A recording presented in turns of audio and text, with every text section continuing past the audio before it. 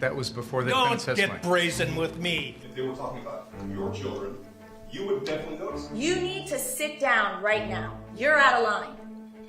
In fact, you're excused. You need to go sit in the back with your chief public defender. There is nothing quite like seeing blow-ups between judges and attorneys in open court. And here at Law and Crime, we sure have seen our fair share. This is 7 of some of the most heated moments between judges and attorneys in recent trials. Welcome to Sidebar, presented by Law and Crime. I'm Jesse Weber. I've talked about the drama in a courtroom before. The subject matter, the defendants, the witnesses, it's real life on display for you. But it is also a court of law. And not only do opposing sides battle it out, but there are also those times, those very tense times between the judge and the attorneys. And that is what I want to get into. 7 of some of the most heated moments between a judge and an attorney in our recent cases. Now, I got to tell you, I don't remember in recent history maybe any more heated moment between a judge and an attorney than in the Parkland school shooter trial out of Florida. The penalty trial for the man who pleaded guilty to 17 counts of murder and 17 counts of attempted murder for opening fire at Marjorie Stoneman Douglas High School back in 2018. After he pled guilty, all the jury had to decide was what should be his punishment, life in prison or the death penalty. And I want to be clear here. This was an exhausting trial. It was very emotionally taxing, especially with the victim impact statements from those who lost loved ones in the attack. It was honestly one of the toughest cases that I've covered so far here at Law and Crime. So you can imagine for those in the courtroom, this was not easy. And there was a point when defense counsel objected to victim impact statements that were directed not necessarily towards their client, but in their view, more towards them and their own families. When they tried to bring this issue up to Judge Elizabeth Schur, let's just say it didn't go very well. And keep in mind, there was already a lot of built-up tension between the judge and defense counsel. Well, listen to a courtroom just devolve into chaos. When these people are upset about specific things that have gone on from that table, like shooting the middle finger up at this court and laughing and joking, Miss McNeil, be quiet. When these people have sat in this courtroom and watched this behavior from that table, and they want to say that they're not happy about it, what is the problem? Judge, I have no problem because I have thick skin. But once you bring in my children, I think that's highly improper. I didn't even know you have children. I don't know what you're talking about. Your children? What about your children? For them to comment on my children is highly improper, and for this court to allow that kind of testimony is also improper. I don't remember any comments about any children. And if there was, it obviously didn't, it came and went without me noticing it. Judge, I can assure you that if they were talking about your children, you would definitely notice it. You need to sit down right now. You're out of line. In fact, you're excused. You need to go sit in the back with your chief public defender. He's the public defender. Mr. Weeks, please ask the lawyer from your office to go sit down and not say anything else. To try to threaten my children and bring up my children is inappropriate. Go to the back of the room now. That just violated about every rule of professional responsibility that I have never. If you're going to get up here and you're going to... Judge, I asked you to go sidebar on this matter.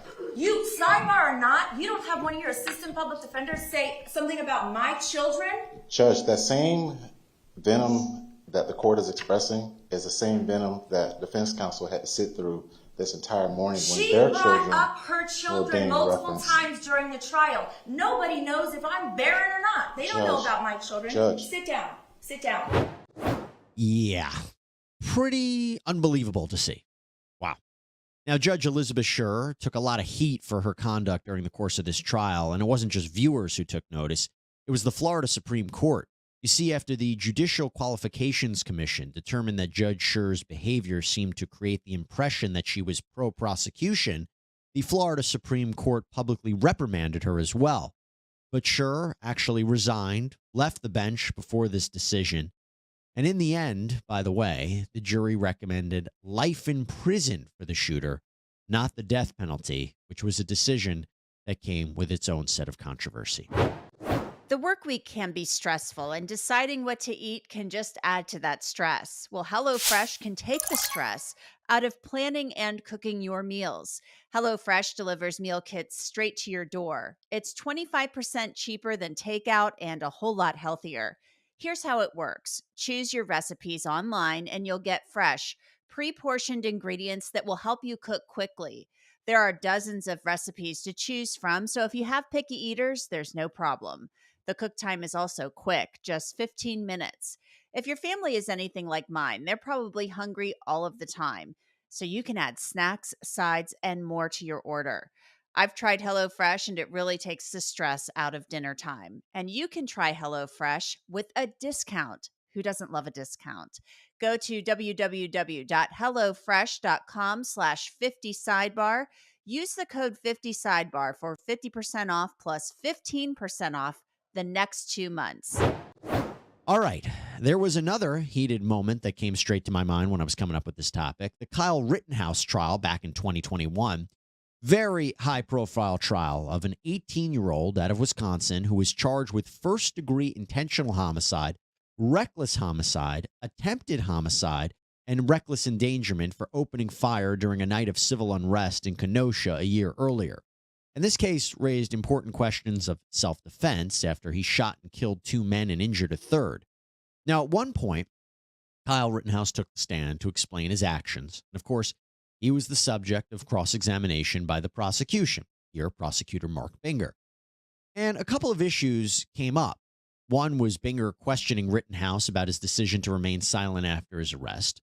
Binger also wanted to point out that there was other evidence, prior statements from Rittenhouse, showing that he wished he had his AR-15 to defend against looters who were ransacking properties. And this was a problematic line of questioning. And as you will hear, Judge Bruce Schrader took issue with prosecutor Mark Binger's line of questioning. While Binger is going to try to defend himself in this clip, you'll hear it. He said that the court left the door open to these inquiries. Judge Schrader admonished him quite expressly. First of all, Your Honor, this was the subject of a motion. I'm well aware of that. And the court left the door open. For me, not for you. My understanding of You should have come and asked.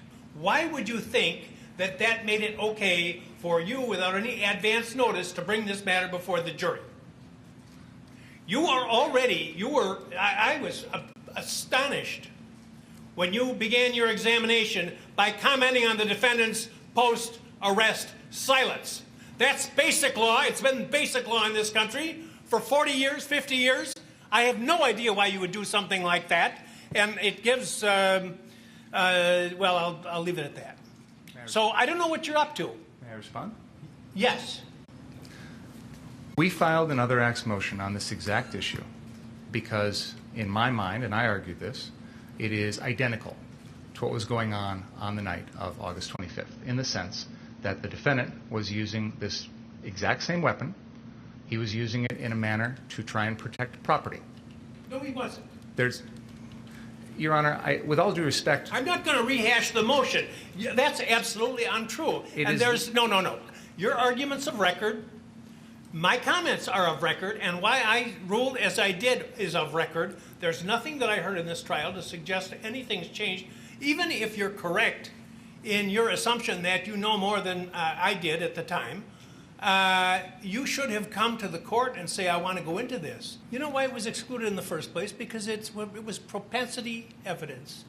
That is exactly what 90404 is designed to prevent. You're talking about his attitudes. His attitude is he wants to shoot people. Now, I've admitted that kind of evidence in other trials when it's been appropriate.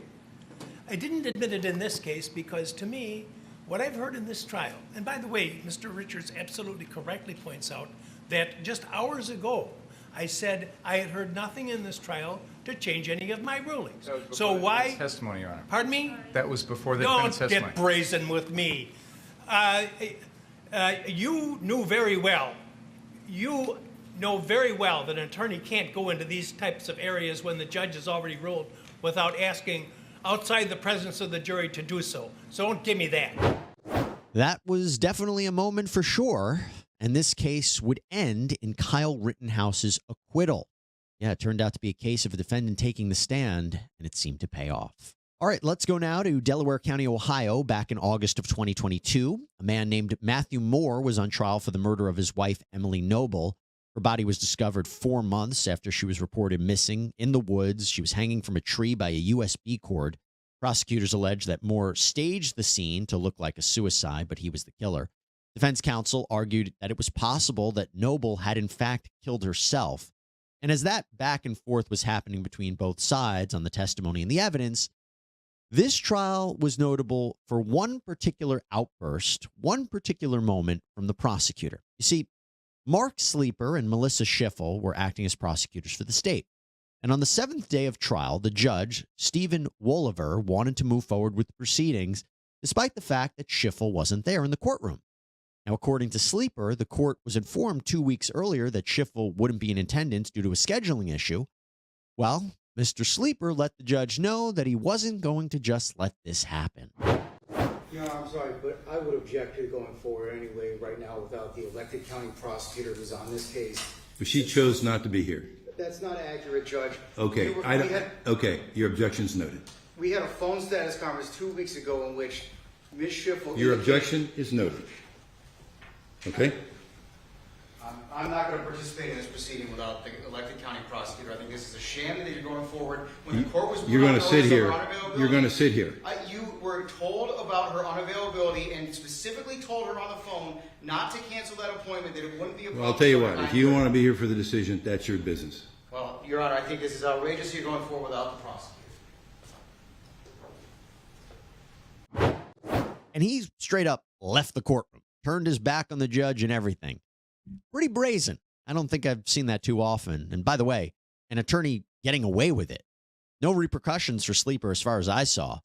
Now, without having had the opportunity to speak with Mr. Sleeper, who knows what really happened here. But I do know that this case wasn't the best for the prosecution because the jury, in the end, sided with the defense. That's right. Matthew Moore was acquitted of the murder of his wife, Emily Noble, and he was free to go.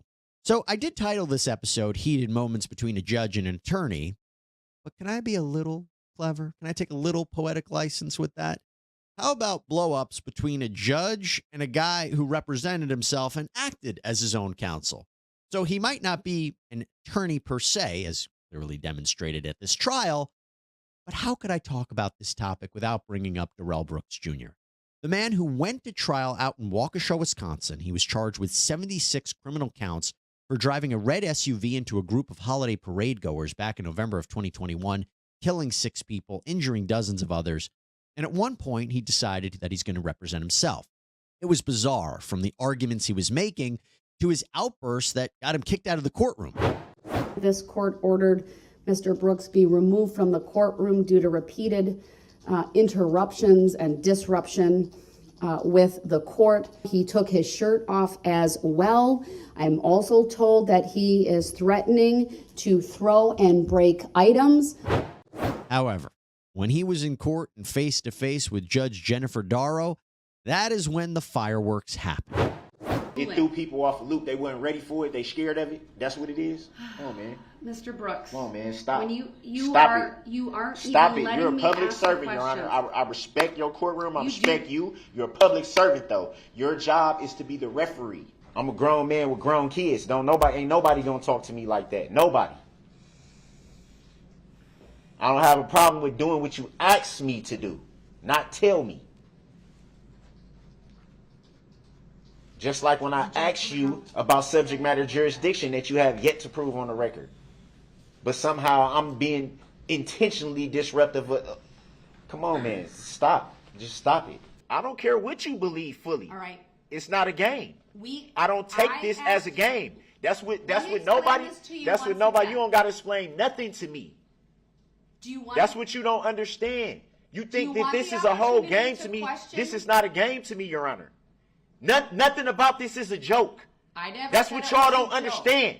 I would like to provide the defendant and the court with a So that had to be said. So it's the defendant. That's not how it was said. That was how it said. You want to run the record back? Mr. Brooks. So I'm the only one. I got one. Mr. I got one Brooks. ear that work, and I heard that. This Come on, is man. to benefit you so No, that it's you not. understand Ain't none of your this to benefit witness me, so let's be has clear a about prior that. record. Your Honor, when I leave the table, I'm away from the courtroom and I have to elevate my voice. This is the So she had to alleged elevate her record of voice Abel just for Lescott. that. Stop talking. Come on, man. Like, I don't know who y'all be thinking y'all fooling. I accept the value in return for value this document. One more interruption and you're going to be removed to the next courtroom. That's what you want to do anyway. It's not what I want to do. Do not interrupt Attorney Opper. So can Your you Honor, tell, I can you believe he explain- has 7 prior criminal convictions via OWI second criminal trespass to dwelling from 2006. Right, I need to take a break. This man right now is having a stare down with me. It's very disrespectful. He pounded his fist. Frankly, it makes me scared. Never have I seen an attorney, doing quotes for all of our listeners, an attorney act so disrespectfully to a judge. It was just insane to watch this go down. But Judge Darrow was able to keep this trial from completely derailing. And I should tell you, a lot of this went down outside the presence of the jury. They weren't in the court to see what Brooks was doing a lot of the time. But it didn't change the fact that Brooks was still making these nonsensical legal arguments in court and really didn't help his case because in the end, he was convicted across the board and sentenced to 6 life sentences plus over 700 years in prison.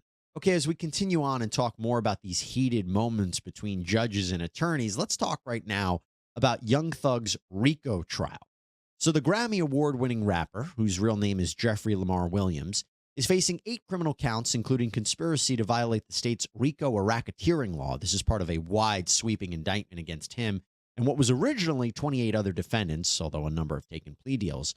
But prosecutors claim that the defendants are all part of this criminal enterprise, that Williams is at the head of it, that he co-founded a street gang called YSL, or Young Slime Life, back in 2012, and that has caused all of this chaos. We have people charged with murder, aggravated assault, robbery, theft, illegal firearms possession. And believe it or not, a jury has still not been selected at the time of this recording. Not surprising, considering that the actual trial could last 6 to 9 months, asking a lot of a jury in this case. But anyway, we have to talk about the drama happening between the attorneys and Judge Glanville overseeing the case. You see, he runs a very tight ship in his courtroom, and the attorneys will know that. Because if you don't follow court rules of professionalism and decorum, oh boy, he's going to let it be known. Like, for example, one of the defense attorneys in this case was held in contempt of court and was ordered to pay a fine and buy his colleagues lunch. The next 2 things are just follow-ups on other business that we held a little earlier.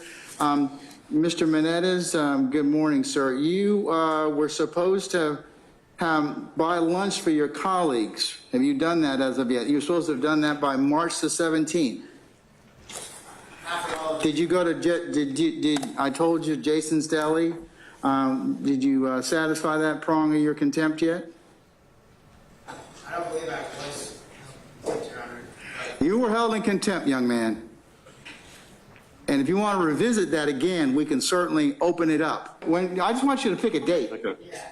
Whatever date is good for May 17th. That works for me, Judge. And also, I never saw the contempt order. I misinterpreted the whole. Mr. Menendez, this was in satisfaction of me not sentencing you to jail for 20 days. So if that's the case, well, then I will revisit the basis for your contempt. Or how about the time when Judge Glanville ordered another attorney to write an essay? To the next matter, Mr. Johnson, how are we doing on that paper? I mean, the importance of professionalism. Yours is due by the 28th of April. I'm just checking, I'm just clocking. So we on track?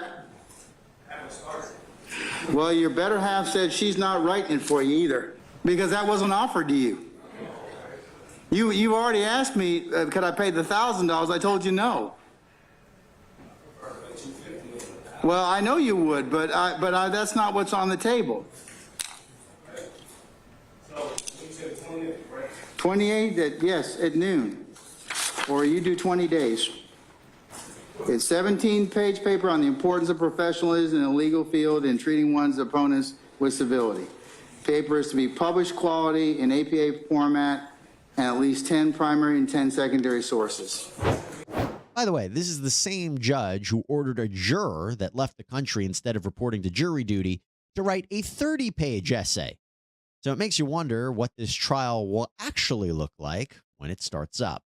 Okay, now I think it's pretty obvious when judges are ticked off, and many times that is directed towards the attorneys.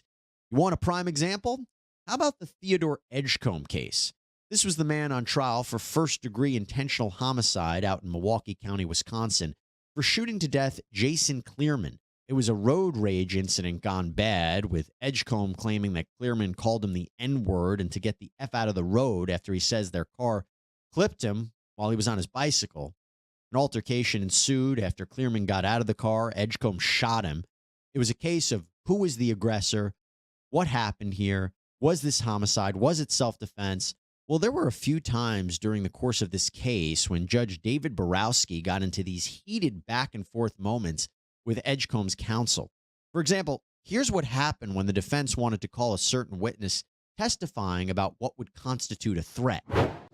Mr. Brums has testified. He's actually been called by the state on numerous occasions, over several hundred homicide cases, and testified to what constitutes a threat. Your Honor, I would like the defense to name me one case where Detective Burns has taken the stand and stated to a jury that he believes something was a threat to an individual. Name one. Hang on, so would I. Well, A case number that occurred in Milwaukee County. well, the state hasn't asked for any type of addendum to Mr. Brums. Counsel, I'm asking. Well, Mr. Brums is not here right now, but hang on, counsel. You just represented that he's testified hundreds of times in this court. For me, this court means me. I don't care what happens in front of other judges. I don't care what happens down the hall. I'm presiding over this case. I will make the rulings. So as far as I'm aware, he's never testified in front of me. And I don't recall ever hearing testimony along the lines of what you just indicated. So unless you have a case number that I can look up in Milwaukee County, but particularly one that was in front of this judge, then forget it. You guys cannot just make blanket allegations from the defense without supporting it. You didn't support it in writing, and now it's not being supported on the record. That was a valid request. Name a case now, or we're moving on. Mr. Brums can testify to the cases that he testified in. Name a case now. We don't have those that information. And he's not at our testifying. disposal right. I mean, he's testified in several cases. Counsel. He's done it with other judges. Argument does not work with me. Mr. Huebner knows that. Mr. Ahmad should know that. I don't care what other judges have ruled. Period. Yeah, and then there was the time when defense counsel was questioning a member of law enforcement about whether anything was moved from the crime scene that would maybe tell a different story of what went down. This happened during the actual trial. You don't know if other item had been moved from one place and put in another place. Objection, Your Honor. There is absolutely no evidence that anything was moved. That's right. There's no evidence of that.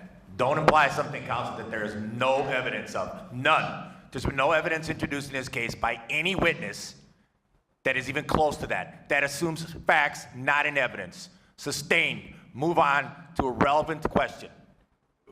Don't imply things that have not occurred and are not in evidence. Move on. Whew.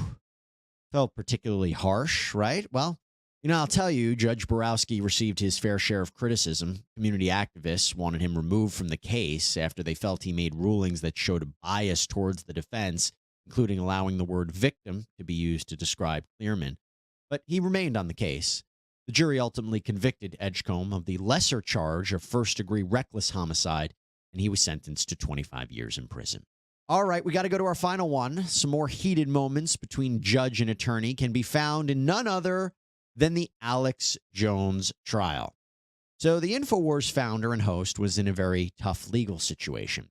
He was sued by the families of those who lost loved ones in the Sandy Hook Elementary School shooting, as well as a former FBI agent, for comments that he made regarding the massacre, namely that it was staged, that it was fake, that it was a hoax, that the parents were crisis actors.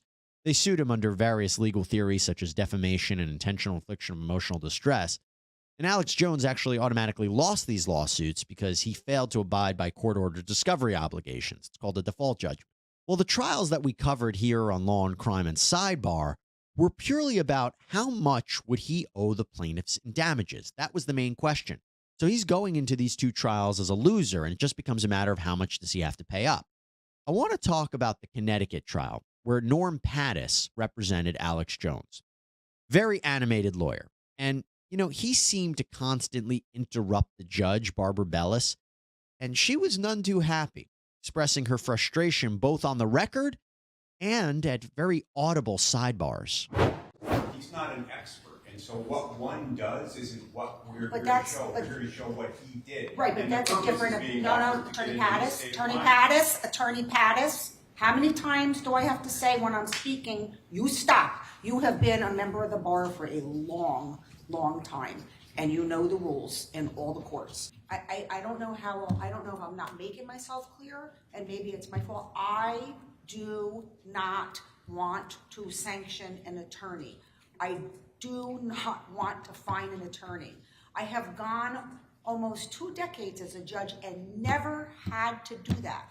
And I don't want to do it now. But if we have a continued problem where you're talking over me, I don't know what else to do. I've asked you nicely. I'm literally almost begging you. I have no recourse but to do that. I'll start with Attorney Patty. What do I need to do to stop the comments and the call? Just tell me what I need to do. Do I need to hold one of you in contempt? Attorney Pattis? I'm not going to have the comments anymore. I'm not going to have it. I'm not going to have it. Do you expect me to lay silently when they're directed at me, but inappropriately? Do you expect me to roll over for my client? It's not going to happen. Look, very tough subject matter, but my goodness, what was happening there, unbelievable to watch. Interesting to see, to say the least. Also, not great for Alex Jones. He was ordered to pay almost $50 million in one trial out of Texas and almost $1 billion plus $473 million in punitive damages out in that Connecticut trial. Just absolutely whopping verdicts. Well, that is just a selection of some heated, tense moments between judge and attorney. And as I usually say in these recaps, I am sure we will have many more to come. That's all we have for you here on Sidebar, everybody. Thank you so much for joining us. Please subscribe on Apple Podcasts, Spotify, YouTube, wherever you get your podcasts. I'm Jesse Weber. I'll speak to you next time.